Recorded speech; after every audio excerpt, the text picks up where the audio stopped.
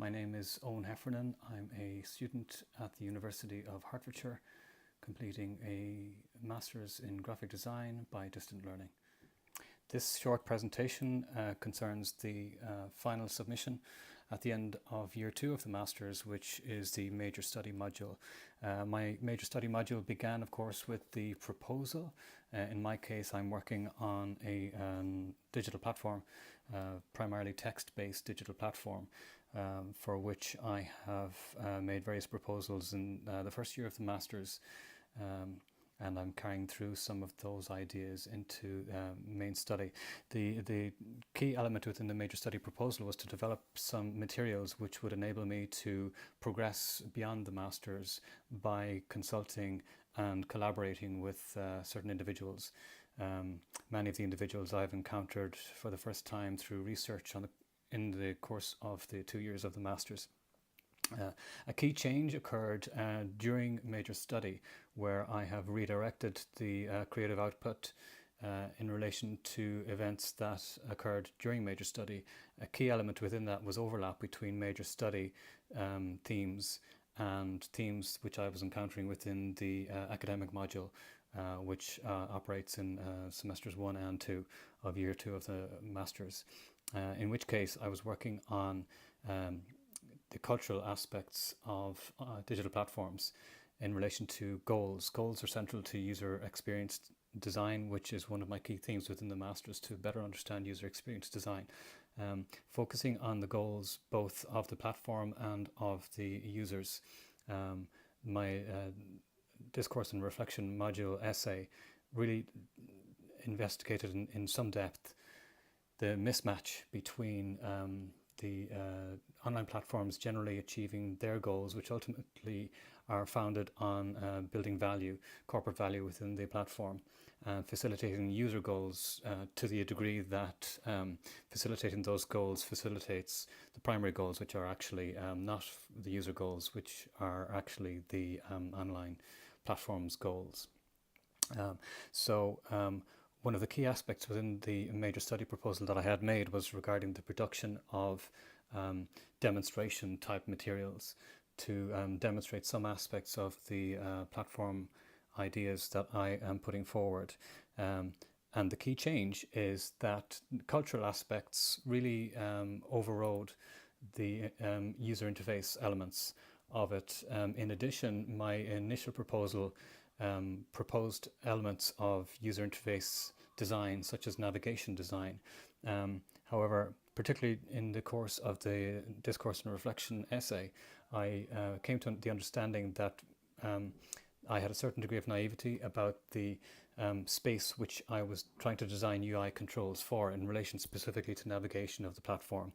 So there are a number of key elements within the platform proposal. The central one is that it uses RSVP, that's Rapid Serial Visual Presentation of text. So the text comes at you in 1, 2 or 3 words at a time. So the RSVP platform has been used by various other organizations and softwares over the years. Currently Spritz, spritz.com is one of the most advanced, but it still suffers from some of the traditional RSVP issues that I've observed in other contexts, such as a very rapid fire delivery of text, delivering an uncomfortable staccato form of text. And what I'm proposing is to examine and retain a user cache file, and then to use that user cache file to deliver the text at a pace that is more appropriate to the individual reader who is reading.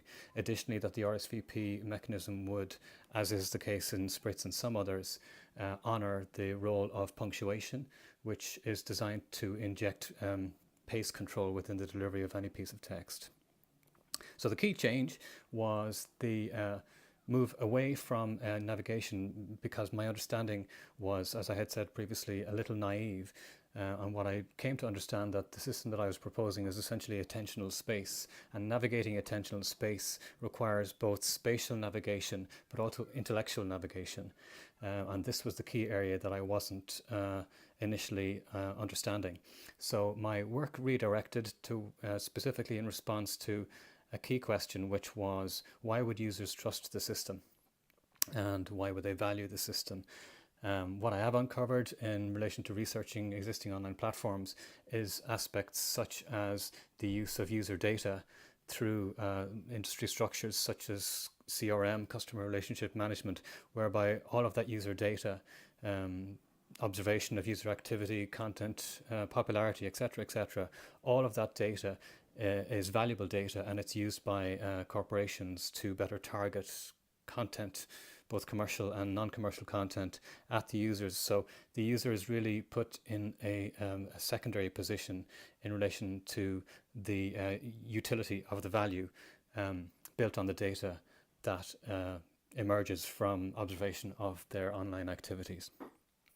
I don't think this is the most ethical approach in relation to very broad-scale online platforms such as the likes of Facebook, for example, with a third of the world's population, give or take, involved in the platform, and the combination of other major platforms throughout the world.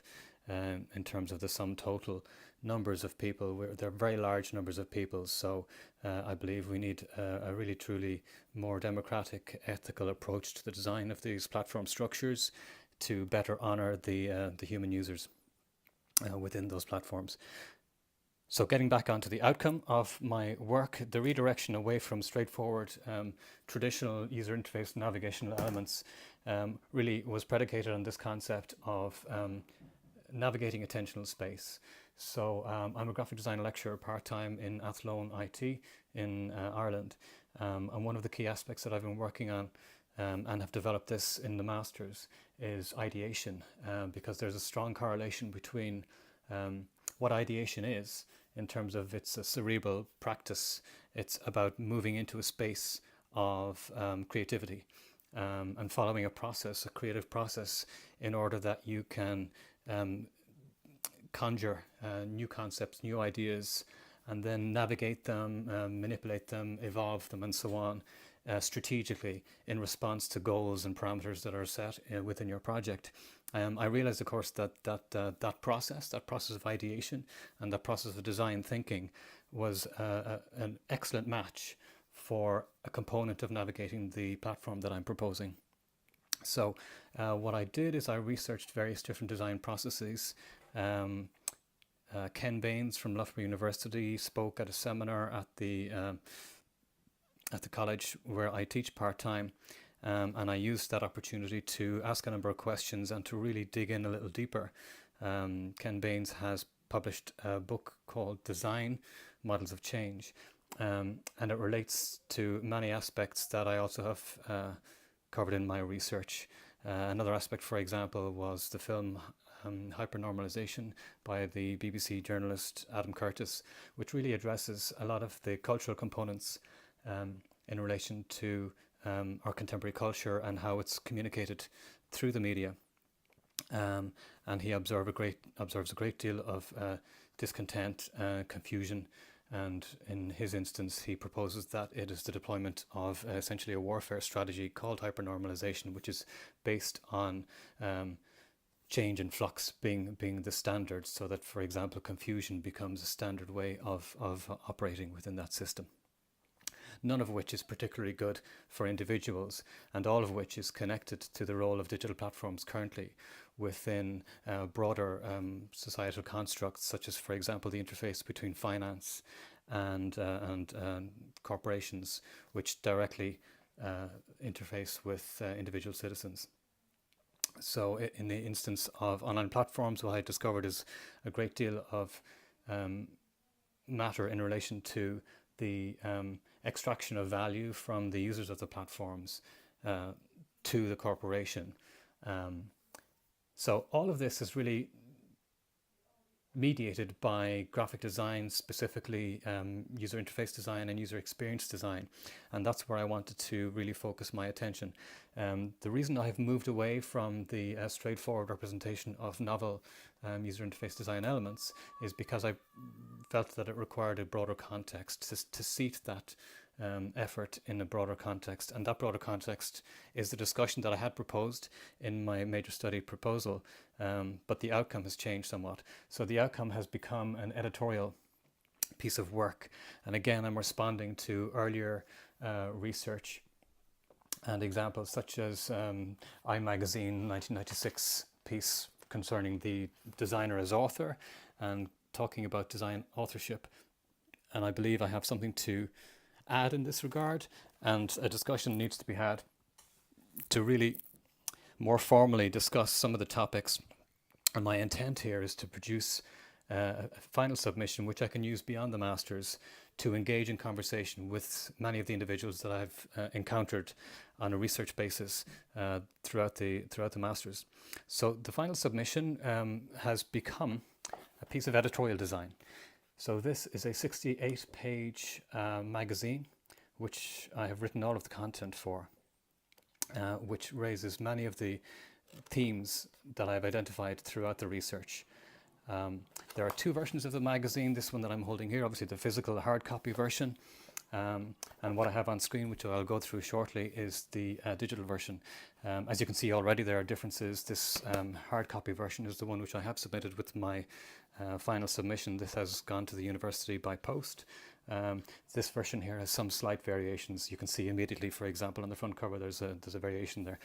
One of the key elements within it is throughout the document, my intention is that it is a discussion document, so I've offered some original content to frame the conversation, and I've offered outlinks in the form of physical references in the printed document, which of course become actual clickable links in the digital version.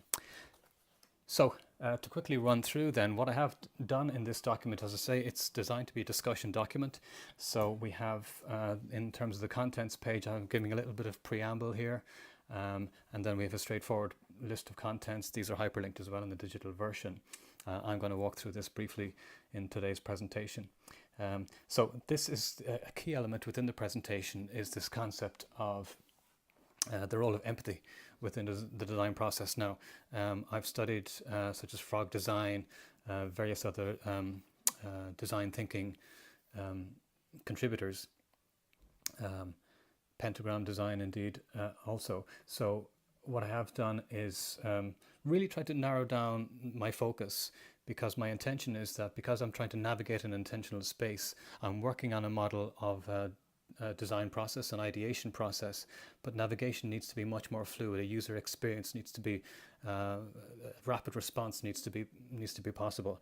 What I've tried to do within my ideation process is make it more habit based, so to simplify it down to very simple aspects of intellectual navigation, essentially. So for example, if you start with a word concept, you can elevate or descend from that word concept. So to ascend from your initial word concept would be to categorize it. To descend would be to identify an instance of that. And then there are other aspects in relation to manipulating your movement.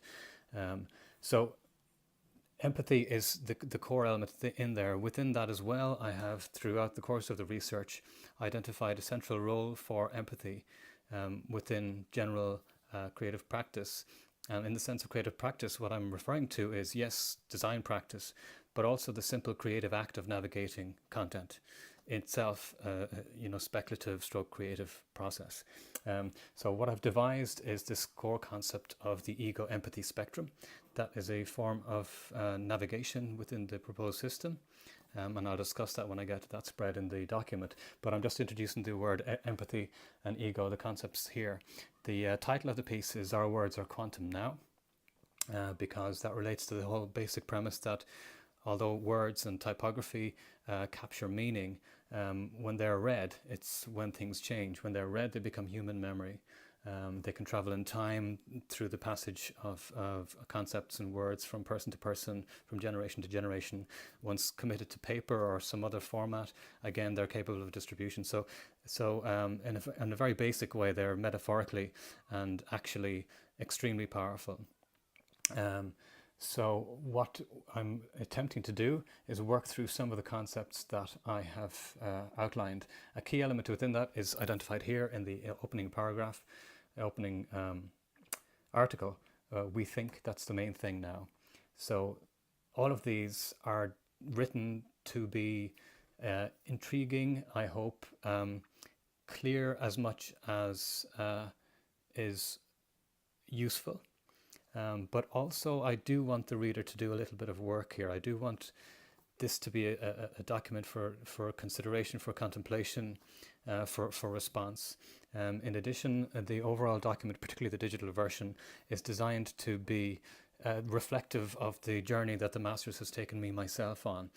And in doing so, what I'm trying to create essentially is that there's an evening's worth of reading and of viewing within this work, because the work opens up on the front cover, for example, with lyrics to a song by a fellow Corkman, Owen French, in his band Talos, and this song is called In Time, and it touches metaphorically on a lot of the themes that are addressed throughout the remainder of the work.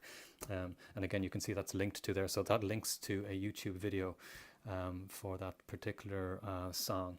And throughout the piece then we can see there are other links, which are obviously active hyperlinks in the case of the electronic version of the document, and are simply there as references in the print version of the document, so that any interested person can, if they wish, type out the somewhat convoluted URLs that are present here.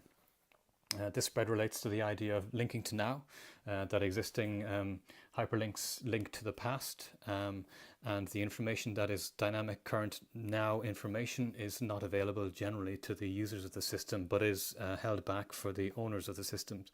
This is the CRM model. Throughout research, I've encountered very many individuals whose ideas have contributed to my thinking on this. Doc Searles is one such person who proposes a system which he calls VRM, which is Vendor Relationship Management, which rather turns the CRM model on its head and tries to apply some of that value currently used solely for corporate goals, and make that available to the user in the first instance. And I agree with that, and some of those elements I have invested into the proposed system.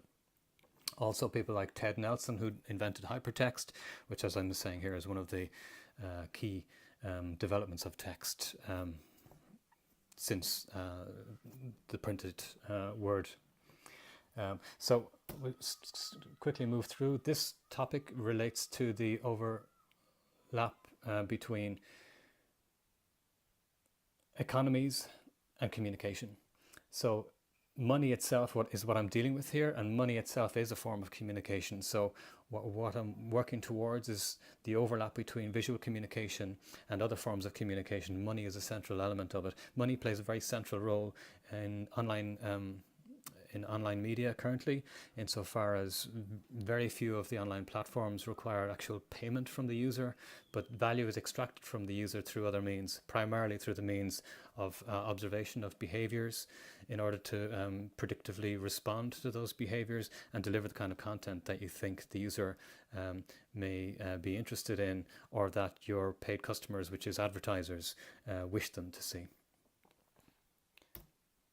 So throughout the piece, throughout the publication, I've used these breaker spreads. And what I'm doing here is I'm introducing a basic concept within the system, which is a visual representation of the system. That what I'm talking about is, rather than having multiple copies of content throughout the system, there will be one primary copy and any number of links into that piece of content. So essentially what that generates then is a sense of fixedness, in the same way as in the natural world there's a sense of fixedness. So you have an ocean full of microbial life, larger life forms and so on, warmer sections, cooler sections, and all of that enables us to navigate that system with some sense of understanding.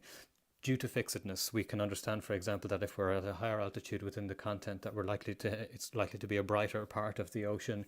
Certain life forms will exist at that form, at that altitude. If you're at a lower altitude, a lower depth within the ocean, there'll be lower levels of light, the temperature will be lower, and there will be different life forms existing at that in that scenario. So what I'm looking to do is, I've devised a method of organizing content which is extra semantic, which simply quantifies the text, and then the system itself will organize that content on the basis of that quantification.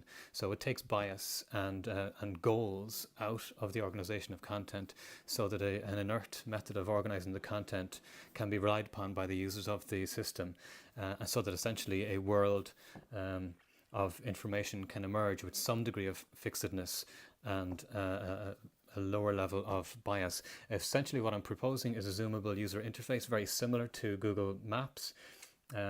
So for example, in Google Maps, you can get the overall global view from the top, and then you can zoom down all the way into street level and so on. And at each stage of that zoom, there will be labeling within the system. So for example, at a very high level, you would have country labeling. When you zoom in, you would get regional labeling. Zoom in further, you would get street level labeling, and even down into individual businesses, etc.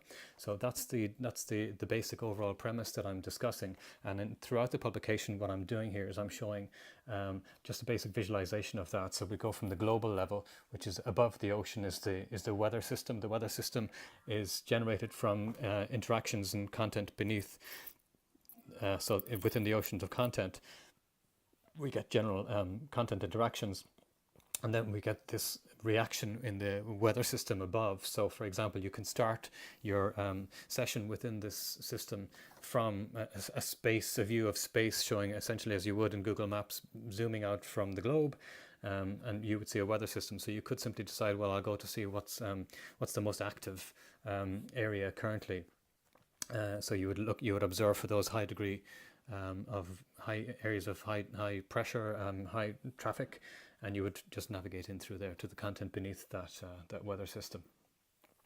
So what I'm capturing here then is this idea, and I have these in each of the breakers, as you'll see, going through global at the top level, individual at the bottom level. This is the UX premise of the system, and in between there are various degrees of association. In this case, for example, it's relational. So we have individual, relational, global, and in the spreads that follow, you'll see there are other variations on that theme, such as familial, organizational, national, etc. This article is an article which is the first to initiate the idea of letter writing. So throughout the piece, what I've done is I've got a mix of forms of writing. One is just simply descriptive writing, which I've responded to specific themes through research. So for example, we have a method of navigating the system, we have a method of ideation, we have a theory of sorts, again responding to that core theme of empathy and the role of empathy within the system and within design itself. This article here is the first of the letter-based elements. So I've taken the format of letter writing to provide a more direct communicative style of writing, and then I've presented that typographically. Really to try to make it feel like a conversation, like you're overhearing a part of a conversation, because that's what it is. And that's what I intend this publication to be. Strategically, I want this publication to be useful to me after the Masters, to have actual real conversations with these individuals and with others. The concern is that a lot of what I'm proposing here isn't actually, a very profitable idea necessarily, and it would present very direct competition to some very well-funded organizations. So I believe that a strategic groundswell of interested parties is going to be important in order that this conversation can be had, and so the progression can be made within that. Whether or not this system becomes of anything, time will tell. But one of the things that I would like to do is to influence what I see as the current status quo, which is not terribly beneficial to individual users.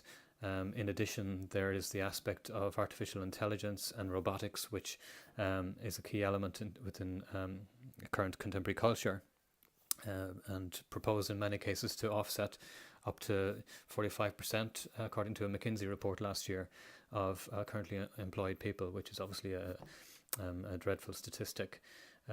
So currently one of the key aspects providing access and contact between citizens and artificial intelligence is online platforms, because it influences their perception of the world insofar as it influences the content that they encounter.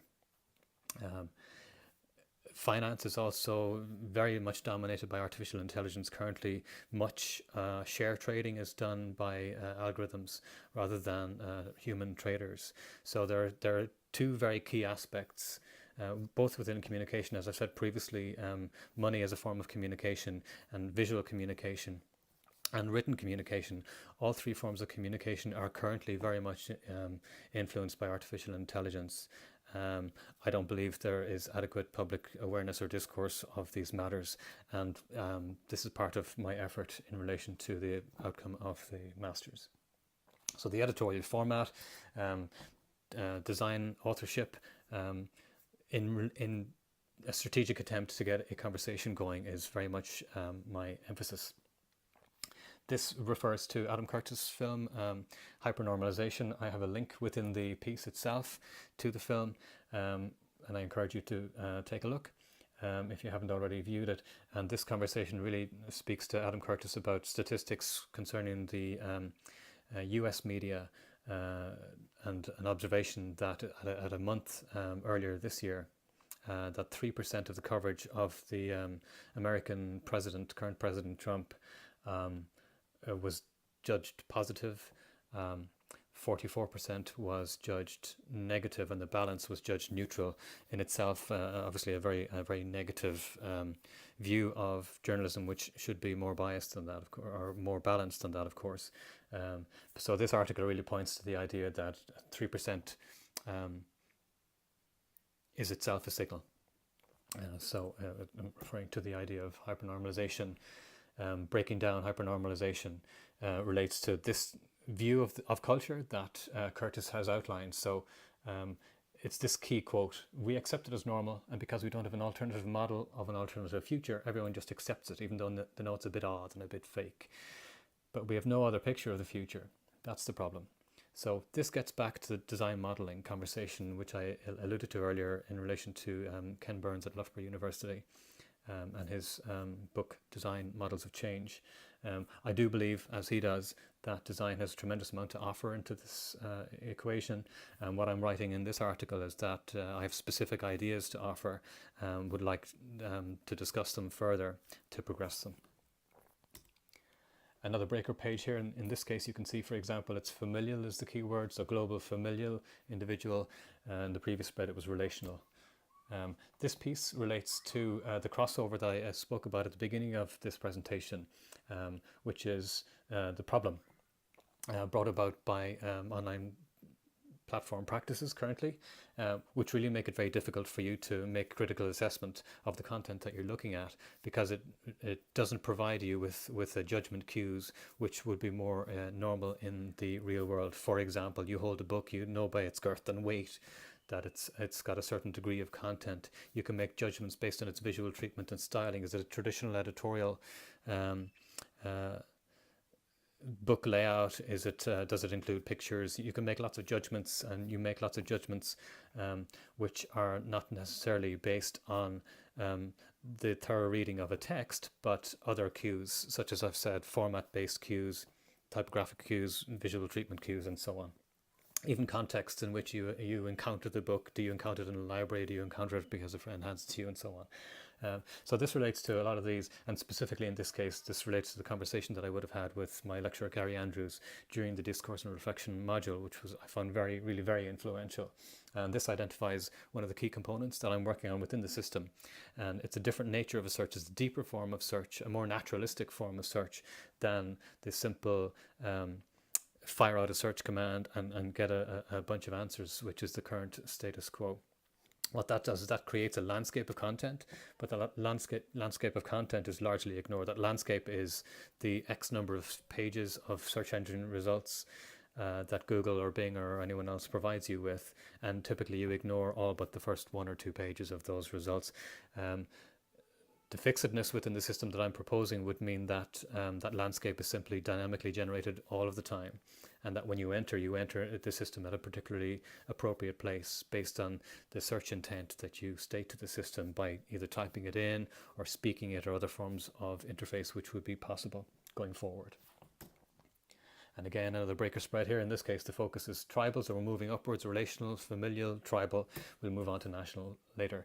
Okay, so moving back within the concept of the role of empathy, working through various different aspects within the Masters, I eventually came up with this idea, empathy design theory of sorts, which relates to the idea of time being an essential component within the system.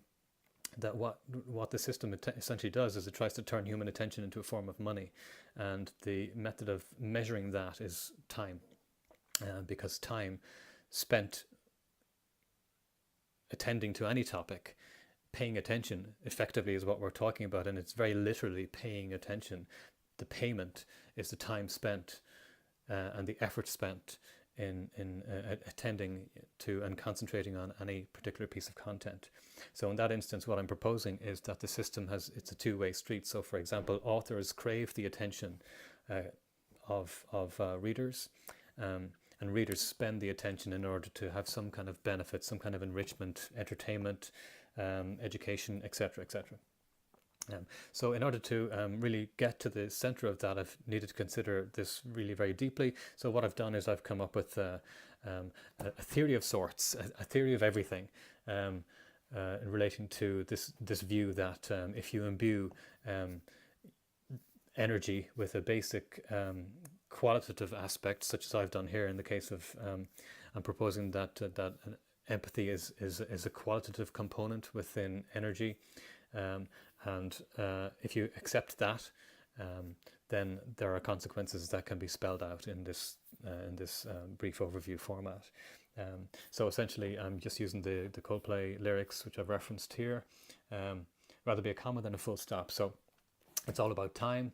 And now what I've used here is this "Why Not Pretend." Now there's a piece that I'll discuss shortly, which is a piece that addresses the issue of journalistic presentation of the world as it is and the introduction of bias therein.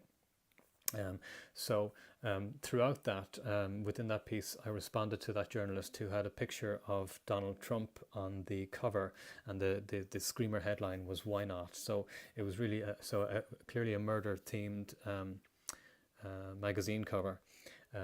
So in my response to that, I twisted the "why not" from the magazine headline, addressing the fact that there's a great deal of pretense in our media. And branding itself, obviously, is a form of pretense insofar as you're strategically presenting certain characteristics and trying to project those characteristics onto an inanimate object or a service, etc. So that's central to graphic design practice currently. So what I've done is just acknowledge that vast amount of pretense, strategic pretense that exists within our profession, and use it as a disclaimer of sorts. So "why not pretend" is a childlike phrase to use. And it's designed to be a little bit disarming. So why not pretend? If you're pretending, it's okay to engage in the thought, because you can simply stop pretending and release and return to logical, grown-up thinking. But I found it quite a powerful preface myself in relation to applying empathy design processes throughout my MA journey so far. So this is simply relating to time. Why not pretend? Now is only once, always once. What I do here is I go down and I relate some of the thinking in relation to time and attention down to the concept of money. So proof of work is one of the core concepts within money. For example, Bitcoin and other digital currencies. Proof of work and proof of reserve are two key concepts within that, and communicating those clearly to people who use the currency better enables that person to understand what that currency provides to them in terms of utility. There's a great deal of misunderstanding, I believe, currently in relation to what money is, how it comes about. I think journalists do a very poor job of discussing that, again, through research and through personal experience over time. I've discovered a lot of basic facts about money, money generation, money manipulation, etc., which I was unaware of. I'm in my mid-40s. It's time for me to understand, I would think. And I've brought some of these elements to bear in relation to this work here. So proof of work, as I say, one of the core concepts. So I'm saying here, time is proof of work. So the effort spent attending to content over time, that's the work. That's the work that if, for example, that content is advertising, then your consumption of that advertising is your attentional work. You shouldn't be doing that for free. The advertiser is going to benefit, and the platform that facilitates the advertising is going to benefit. So the only person that doesn't benefit in that context is the person who actually does the attentional work, which is an unfair, in my unethical in my opinion. And that's the modus operandi of the dominant online platforms today. So this spread is just a continuation of this. I won't go into the detail here. Needless to say, I'm talking about quite fundamental elements. I'm relating to concepts such as theoreticians and scientists, Rupert Sheldrake, Thomas Campbell, Carlo Rovelli, and others, going back to the origin of the universe and how nature unfolds and how humans interact with that, and the role of time within all of that. So that's all covered within this article here. And I bring it back to some of the language components of it. Again, we're talking about visual language, we're talking about visual communication, and I've identified a number of key communication points which provide a grounding and a context for some of these ideas that I'm presenting here. Mu being one of them. It's a Proto-European word, an old word that relates very much to the concept of motion. Here we've got pi, which is again a piece of visual communication reflecting a very profound concept. Okay, so another breaker page here. In this case, we've gone to the organizational level. So we're moving through here. So this is the article that relates to journalism. I've taken a very specific case, and as I said, the structure that I've used throughout this on some of these articles is the idea of the written letter. So this article is composed of a number of letters, which I have addressed to the editor of this magazine, based on a personal experience on the back of that magazine. Now, the personal experience is dealt with within the wording of the article, so if you have access to the article, I would be delighted if you would read it and give some consideration to the thoughts themselves. Relating to the visual treatments throughout this, again, I've been very influenced by the likes of Phil Baines. Why Not Associates have been a favorite studio of mine for quite some time. So really what I'm trying to do here is take that traditional editorial design approach. I'm using large headline fonts, large degrees of contrast between my largest text and my smallest text sizes and so on. I'm trying to create a dynamic movement across the page as well, so I've used linear elements throughout the piece at various different angles to create some sort of gelling between the pages of each individual article.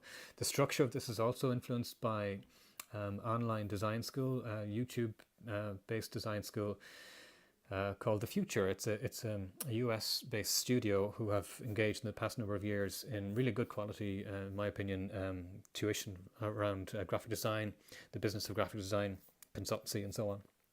And one of their concepts is related to UX, and they use the concept of the brandscape. And the brandscape is essentially editorial design, but it's used to project a more complete and vision of the experience within a brand. Now, that experience would include various different touch points, some of which would be print, some of which might be physical outputs, some of which might be auditory, some of which might be user interface elements and so on, or combinations of all three, or service design elements as well. So one of the key things is that their brandscape concept is a super wide panorama format of presentation, beginning on the left with very large elements such as what you see here before you, screamer headlines, large pieces of text synopsizing the overall intent, moving towards the left then to get to greater and greater detail, completing on the right perhaps with what might be considered minute details, such as the minute details of user interface design or other smaller details. And all the way through you'll be expressing and understanding other aspects of the design intent, such as grid layout and so on. I've used a 12 column grid here, and I've offset the large heading steps outside by one column, whereas the remaining content spans even numbers of the vertical columns of that, and I've used that throughout. One key element that I've done here is that I wanted the text to be readable on screen, so that the same source DTP file can be used to output the digital version and the physical version. So point sizes here are legible on screen, even at a smaller size, at a laptop size. The iBook format works on a mobile phone, and the double tap to zoom in for specific detail suffices here. On the physical version of the magazine, it's quite a large format magazine, and so the typeface, the type sizes appear larger clearly on the physical version of the piece. Again, the intention there is that it's not designed to be held closely. It's not designed to be intimate. It's designed to be conversational, so that it's down on the table here. I can still read it from this point here that I'm viewing, and that is the intent. The intent is that it's about conversation. It's about openness. It's about discussing issues and coming to some conclusion or to some follow-up action. in relation to that.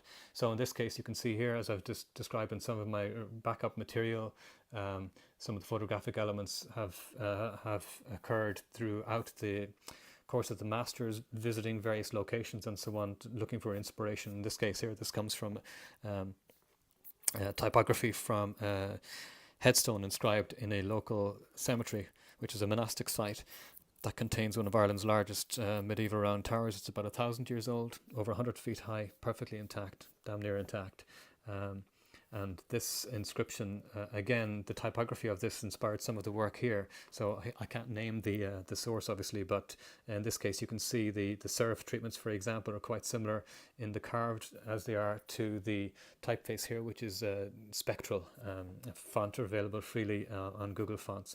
And additionally, you have some of the elements of which isn't visible here, but it inspired some of the typographic approaches. So, for example, the carved lockup of the typographic layout is very fixed.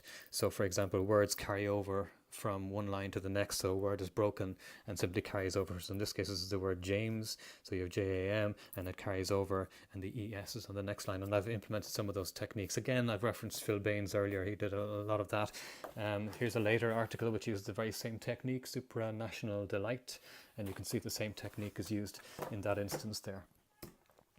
So again, going through this article, flicking between type only and the introduction of the image as well, and you can see in each case that I've detailed a time and date of the email having been sent, and then the conversation, my side of the conversation, so to speak. So all of this is designer as author. All of this is my content. This piece relates to work by Rupert Sheldrake. I'm proposing that the system, as I've mentioned previously, organizes content through extra semantic rules, which are quantitative rules. Rupert Sheldrake proposes a system of the organization of nature, which he describes as morphic resonance, which is essentially field energies coalesce and organize themselves by related shape-related elements, or shape-related consequences. I won't go into it in great detail here, except to just point out this element here. So morphic resonance is the system that generates the now we perceive. So Rupert Sheldrake proposes that morphic resonance is how nature is organized, and therefore the now that we perceive, the present moment that we are in is consequential to all of the activity of morphic resonance within the system. There's a link here in the electronic version that takes you to his website and to some discussion of morphic resonance. I've used it in this instance because I believe that his approach, his descriptions, allied to some other thinking, are able to connect a few disparate theories. There's a number of theories, hard problems of psychology and so on, currently. And I believe that there's a way to thread some of these elements together by combining some of these. Now this is very much the type of design practice that I would have engaged in for clients and and ongoing projects and so on. So taking the briefing, understanding the goals, setting out goals. For example, in this case, I would have set out a goal to resolve a particular problem and move my work onwards towards achieving some of the goals that I've set out for myself. A key goal that I've set out for myself within this, for example, is to progress this project on the basis of discussion with interested stakeholders. And again, here what you can see is I've used here, this is a reference to the idea of the golden mean. This page here, indeed the whole size of the document is based on golden mean proportions. So it is 365 millimeters high by 1.618 across the width, which works out as 297 in this instance. So that's what I've tried to base the proportions on. And in this instance, what I'm doing here is I have yellow outlines which initially cover the whole page, but then using golden mean proportions, these shapes here relate to the reductive sizing based on the overall spread, all the way down to the smallest size that can be displayed within the spread here. And this sketch here then relates to the idea that I introduced within the piece, which is this idea of the shortest distance, the logical connection between 2 points is a straight line, but an empathetic connection between those 2 points is a curve, much like the golden spiral. So moving on here then, we have the idea of navigating the system that I spoke about at the outset of the presentation.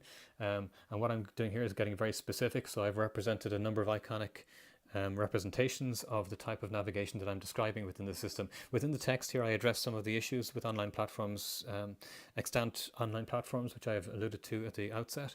And I get into some detail on that here. But really what I'm trying to do here is get across the idea of navigating the system.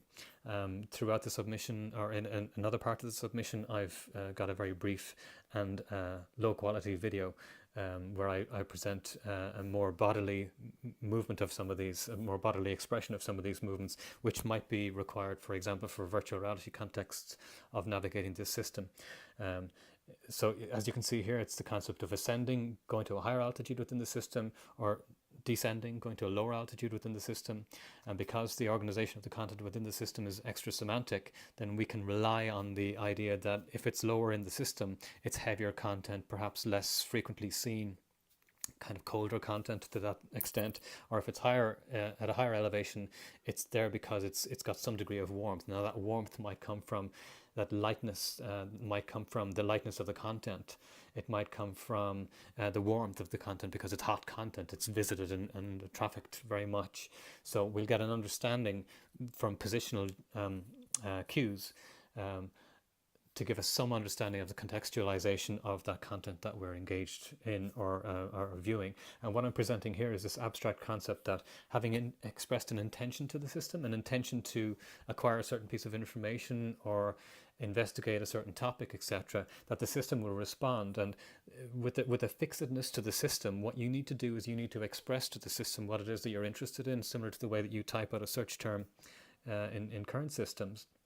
And the system will illuminate content based on that relevance. So initially it would be patches of content that would respond in a sort of luminescence, as you see here in this mock-up, and it would be a dynamic movement. And again, I've got a YouTube video that captures a little bit of this. It's a moving version of this static background image here, which has this idea of abstract lightness, areas of lightness emerging, and that would be in response to user expression of intent. So here is another user interface element. Now again, these aren't actual finished user interface designs, but I am using aspects of UX design here and user UI design.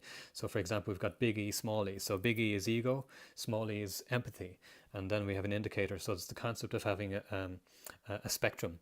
So at big E, ego is acquisition.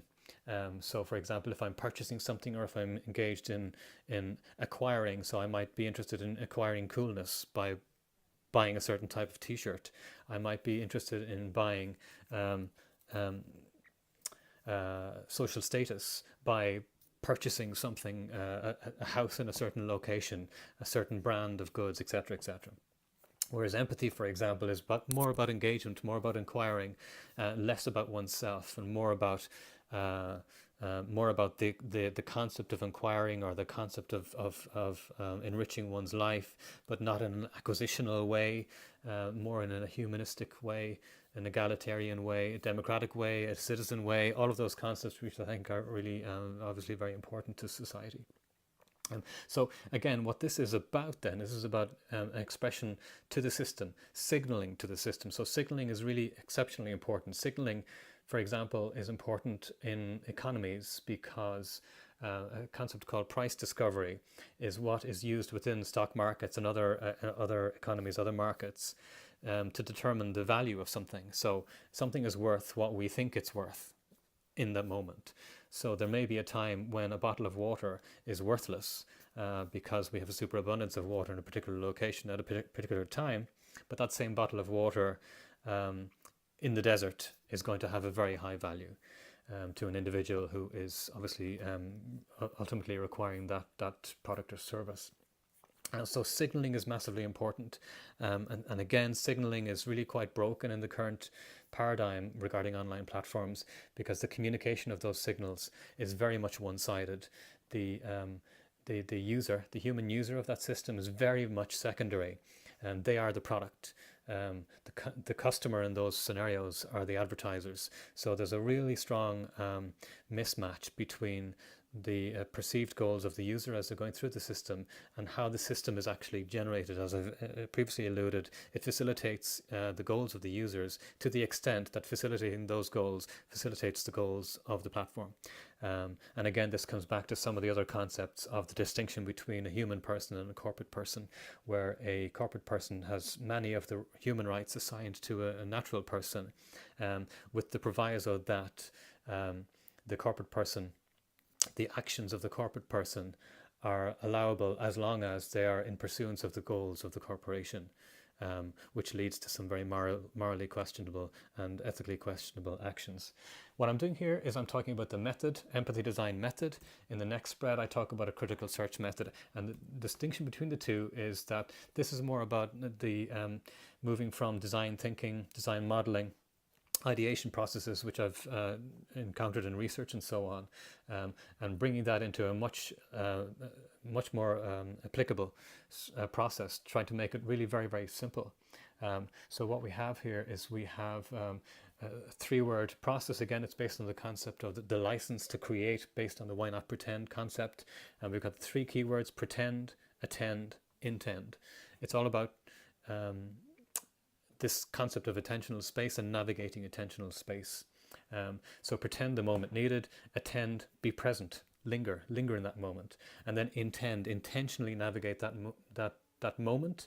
In the case of this ideation empathy design, what you're using empathy to explore that moment with empathy, because when you explore with empathy, problems reveal themselves much more directly and with much less effort than is often required in more traditional methods, because empathy predisposes you to discover what you might describe in business terms as a point of customer pain, or a point of pain within a process or a service design or a product design or a visual communications design or any form of design. Approaching the exploration phase with empathy makes it much more likely that you're going to observe a need and be able to respond through design to that need. That's what I'm going through here, and there's a link in this case here to the Ken Bain's design models of change, where he addresses and contextualizes some of what I'm proposing here in his descriptive terminology, and contextualizes that within the broader relationship between design, visual design, and the world and culture at large. The next spread here brings this back more closely into focus in terms of my own system proposal. So what I'm talking about here is the similarity between this ideation concept and this intentional concept. So within the system that I'm proposing, it would be, you would state your intent to the system. You do that with Google search currently. You just type in what your intention is. Your intention is to discover more about the price of Nike sneakers or whatever it is. So in this case here, what we're talking about doing is simply intend. In the previous one, you get to intend as the third stage, because it's more about a specific strategic construct is put in place. A designer needs to respond to a briefing. So a designer needs to be clear about what is the problem that they're addressing. In this process of ideation here, it's the idea of using empathy to uncover more rapidly that problem. Whereas, for example, when you're simply navigating the system, you simply know what your problem is. You know what you're responding to. So you begin with the intent, and then the system responds to your intent by bringing you to an area of the system that it thinks is relevant to your intent. Then you explore that area, and then you focus your intent, and that focusing is a matter of literally focusing, zooming in, and I've spoken already about the context of the zoomable user interface.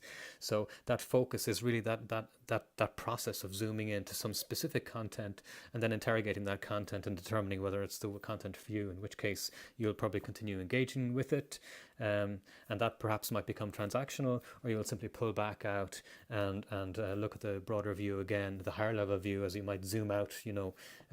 This is not the street for me, so I'll zoom back out to country level or to city level, and then zoom back in once I'm satisfied that I'm making a valid judgment as to where I should next seek my content. This article here relates to a problem which seems to me from my research to be really inadequately described by very many journalists, perhaps by the general practice of journalism. That's a massive generalization, so I should retract that, but there's a great deal of questionable presentation of some information related to the basics of money, how money is generated, and how that banking system operates. I've got very personal experience of this. Ireland has been very heavily hit by the economic problems of the recent past, going back to, for example, to 2008, when the property market collapsed here and the banking system collapsed additionally, and the taxpayers were used to provide liquidity to the banks so that they could continue working on. And it's a very murky and very unfair anti-democratic process, in my opinion. In any case, what I'm doing here is I'm avoiding what I've just done there, which is a generalized whinge. And I've just gone very specifically into an example of where a bank committed wrongdoings which were admitted to and were factual, but wasn't punished. And the reason for that is to do with the structure of the banking system, at the head of which is a bank called the Bank of International Settlements in Switzerland. So this piece goes through a lot of ethically and morally questionable behaviors related to that. And again, it comes back to a concept which is the idea of the business model of banking, which is essentially the provision of security for valuables in exchange for the utility that the individual can safely access their money, in the case of banking, or access what is valuable to them. And that's the utility that the bank provides. That can put a bank in a situation where it's in the bank's interest that fear be felt by their own customers, so that the security that the bank provides is deemed to be of greater value.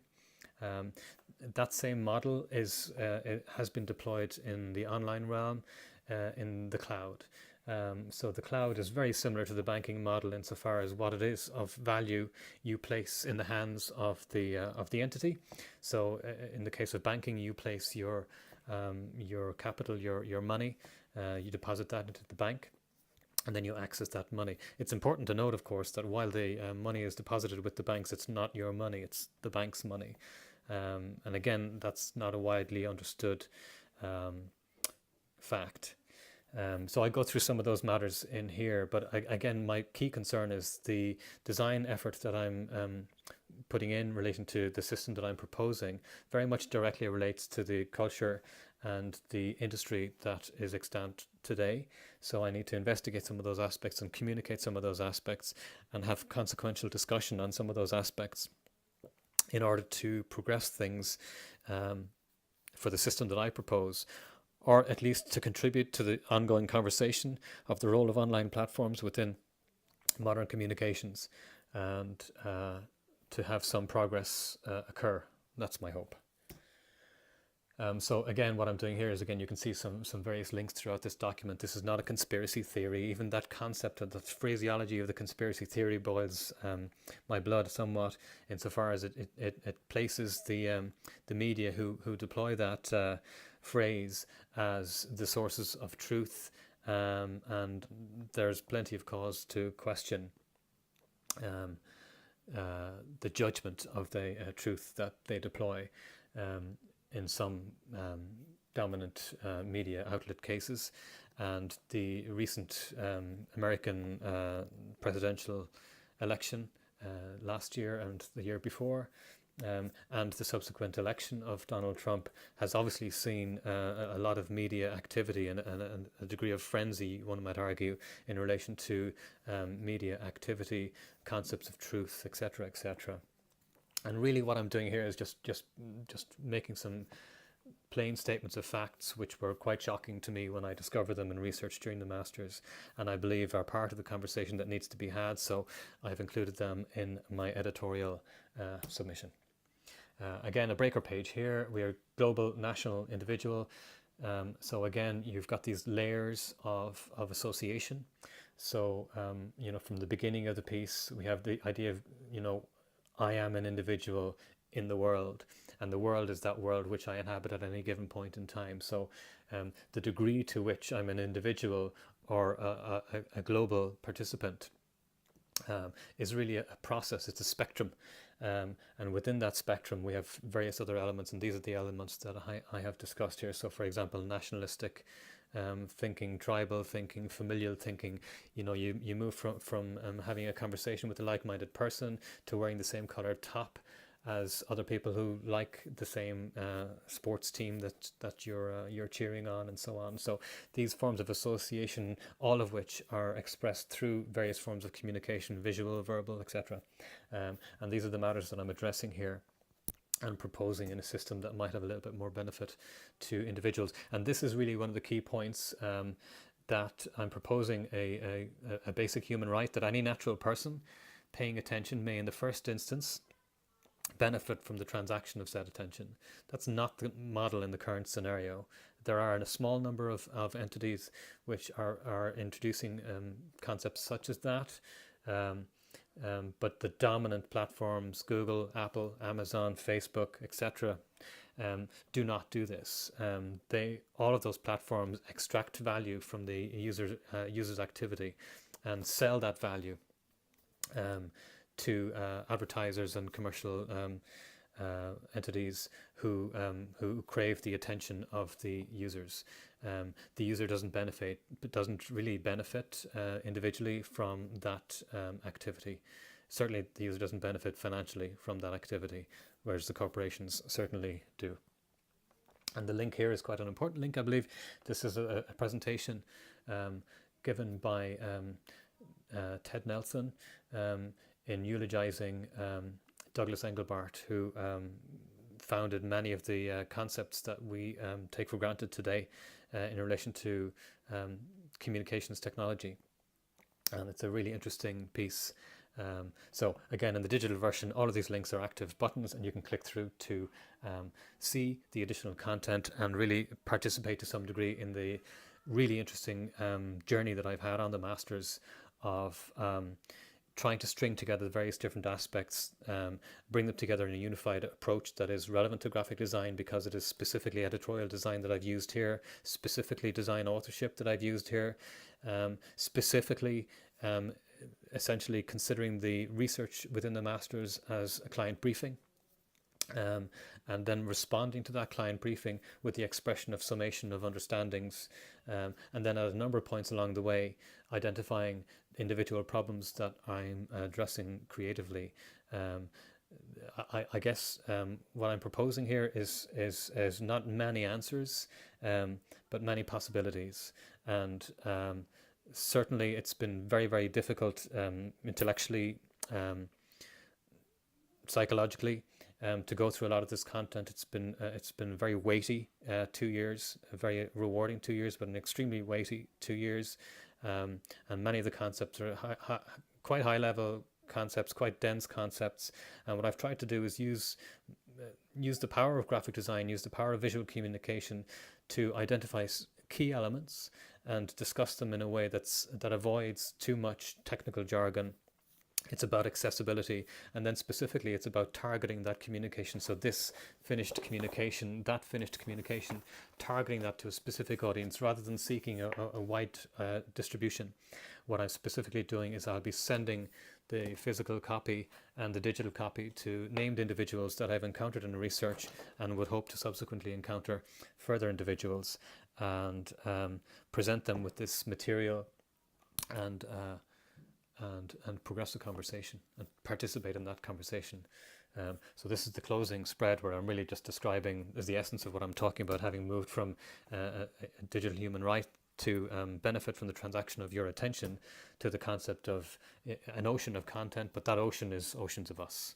It's oceans of us as authors, it's oceans of us as readers, and how we might use that power to really produce better outcomes for us as individuals, and arguably for wider society and cultures in general. And this is the end of my piece, and I've gone over time. I apologize for that. Thank you for your attention.